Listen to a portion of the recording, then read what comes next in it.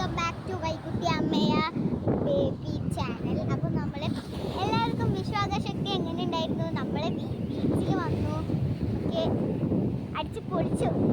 അപ്പോൾ നിങ്ങൾക്ക് വിഷുവിന് ഓണിന് എന്തൊക്കെയായിരുന്നു? നമുക്ക് കച്ചമ്പറ്, ചോറ്, ചിക്കൻ കറി, സാമ്പാർ, അച്ചാറ്, ഇതൊക്കെ ഉണ്ടായിരുന്നു കേട്ടോ. ബോയ്സ് എന്തും ഒറ്റ തീരുമാനമാണ് കേട്ടോ.